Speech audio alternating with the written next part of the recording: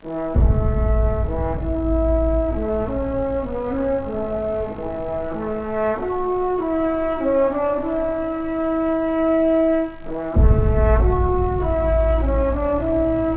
in the entertainment industry, you meet a ton of people. People that maybe influenced you when you were a kid. Meeting Larry Hagman, he really has this larger-than-life energy. You just look at the man, you're like, he's a special person. He always was strong and happy and joking and never took anything too seriously, and his wicked sense of humor is what I admire the most about him. He was nothing like I expected. You know, all I knew was JR, and the last thing I expected was for Larry to be the nicest man alive. He was always like a kid. He's seen and done everything in life, but the simple things make him happy. During the press tour, we were in London, and there was this gathering in the foyer area of the hotel, and there was this extraordinary chandelier, and there was this huge round mirrored table, and Larry said, Brenda, come here. So I walked over, and he said, look up at the chandelier, and so I looked up, and I said, yeah, it's beautiful. He said, okay, now look down. And I looked down, and you see the reflection of the chandelier in the mirrored glass, and it's just this extraordinary light show. And so he goes, now look up. No, look down. No, look up. Look down. He said, isn't that miraculous? And it was one of those moments where you just got, he loved life. He saw beauty in everything. He was curious about everything, and then he loved to share it with people. I was lucky enough to be at a dinner. I'm sitting next to Linda, and across from Linda is Patrick, and then Cynthia Sidre, and then Larry. And at some point in time, Larry put some bread pudding on a spoon, and then just kind of very quietly just sort of reached over and flicked it towards Patrick. And it went right past Cynthia Sidre's face, right past Patrick, and landed right in the middle of the table of these two women who were next to us. And I was just like, oh my goodness. And Patrick's just like, go talk to them. And so Larry got up, and he just went over and talked to these ladies and collected his bread pudding back, and then came back and sat down. It was really sort of my first understanding of the camaraderie and the spirit and the playfulness that Dallas was behind the scenes.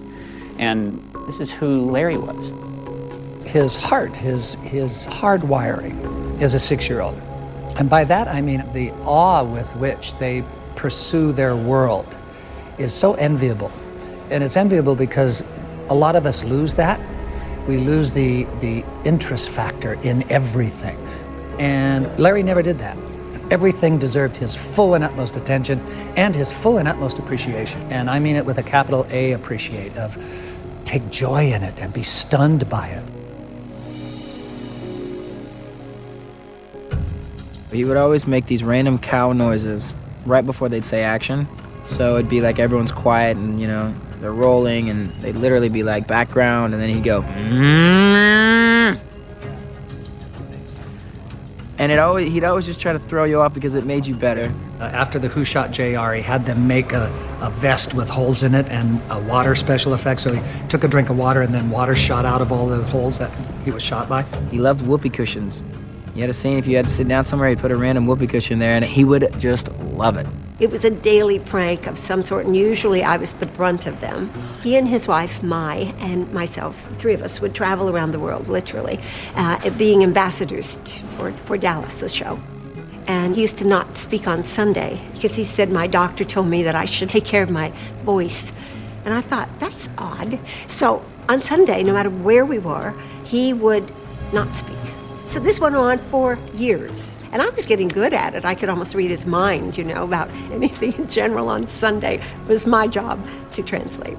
So that wasn't just once. That was one continuous prank. I've carried a picture of Larry for the last 30 years, and it's a picture of him laying in the middle of a highway, on the yellow line, on his back, playing a penny whistle. And that was maybe 4 o'clock in the morning after we had dinner and drunk all night. And he just decided that that was the time to lay on his back, look at the stars, and play his penny whistle. And that's who my friend was. I remember the first scene I shot was a scene in the pilot where JR sort of wakes up. Larry had decided he would say his first line with his eyes closed and then open his eyes and then turn to John Ross. And he would just sort of come to life. And I had sort of thought about it this other way. I said, can you start the scene where you're actually just looking out the window? He's like, sure. try it for you. It just wasn't as good. And I went to him, I said, you know what, Larry, your choice was right. And he looked at me and went, that boy. And I was like, got it. You know your man, you know your part, and I'm going with your instincts from here on out. He certainly knew how to wrap himself around that character. And he was a bright guy, clever man, obviously. Did an incredible job. Larry really achieved the pinnacle of success in life. He was beloved by his family and friends, and he was highly respected for what he did. I admire Larry's attitude and his courage and his positivity, even in the face of his cancer treatments last year. People would say, how you doing, Larry? And he'd go, I'm terrific. And he would be so excited to see everybody, and you never knew that he was fighting this giant fight. One time when he wasn't feeling well, he said, I need 15 minutes. I was like, you know, you can have the day off, you know? He's like, no, I'll be all right. He just set the tone. And if Larry Hagman's not going to misbehave, who's going to misbehave on set? 4 days before he passed away, we were in this courtroom, and I'd brought a Nerf dart gun to set. He's sitting like 5 feet in front of me, and I just go like, poof, and I shot him in the back. He turned around and went, aha, who shot JR now? 20 minutes later, I'm sitting there, and I get hit right in the temple with a dart. And I look over, and he goes, who shot John Ross? And I was like, this guy, you never know what he's going to do. He spread joy when he was on set.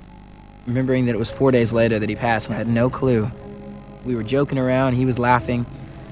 And it's kind of crazy to think about how life happens like that quickly. When Larry passed, we took a day off, and then we had a gathering the day that we were coming back to work. And we just all decided to sort of talk about him, just tell stories. We have this thing called a call sheet. It says, are you working that day and what time you're supposed to report? And if you weren't working that day, you would be on hold. And so, you know, Larry was always number one on the call sheet. So for the rest of the season after Larry passed, Larry was always on the call sheet as number one, and it would just say that he was on hold. So he wasn't working that day, but he was. We knew he was still with us. There were so many layers of being Larry's friend for 35 years. And the friendship continues. I don't feel that he's gone. I feel his presence very palpable here on the set. He was a remarkable person, very much so. And I'm sorry he's gone. We're always going to remember that he was the guiding light of this show. The writers did an exceptional job to create a mystery around who shot JR. And I think that's so dignified to let JR go out the hero. It gave the character and Larry so much dignity to have him be so present in every episode after his passing. I just loved being around Larry because he was so happy all the time and so damn good. And so I just liked watching. Larry was an amazing, amazing human being. He was very genuine and he's so unique. One of the greatest honors I had in my career was to get to work with Larry Hagman. The sadness for me is opening a script, and there's no J.R. Sewellen scene. And I feel that he should be walking around here now with his little hat on and causing chaos wherever he goes. But he did teach a lot of people how to loosen up and to have fun. There was an aroma of pleasantry because he had such fun. We all love him so much and miss him terribly. You know, we're all talking about him still. He will always be number one on the call sheet.